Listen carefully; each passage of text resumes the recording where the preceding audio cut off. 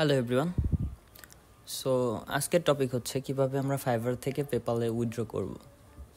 So এখানে দেখতে পাচ্ছেন আমার অ্যাভেলেবল প্রায় $80 মতো আছে। এটি আমি পেপালে উইথড্র করব। তো প্রথম স্টেপ হচ্ছে আপনার যদি পেপালের সাথে ফাইবার কানেক্ট করা না থাকে, সেক্ষেত্রে আপনি এখানে ম্যানেজ পে আউট থেকে এখানে একটা এই যে পেপালটি অ্যাড করে নেবেন, অথবা পেইনার যা থাকে আপনাদের। তো আমার বর্তমানে অ্যাড করা আছে, তো আমি জাস্ট এখানে $80 আছে, এটি উইথড্র করে পেপালে নিব।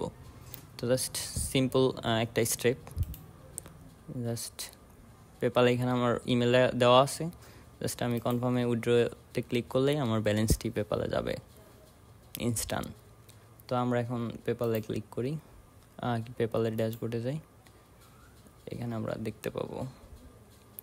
একটু সময় নিতে পারে।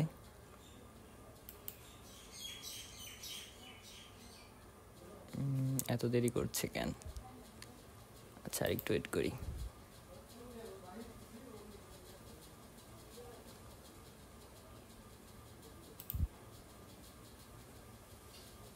এত দেরি করার তো কোনো কথা না। গট ইট,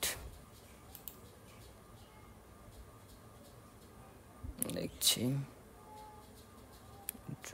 আচ্ছা, এবার রিলোড দিই।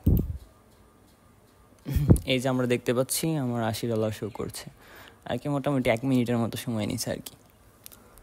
সো পেপাল অ্যাকাউন্টটি আমি টোটালি বাংলাদেশ থেকে ব্যবহার করি, যেটি আমার বাইরের দেশের ডিটেলস দিয়ে অ্যাকাউন্টটা ক্রিয়েট করা।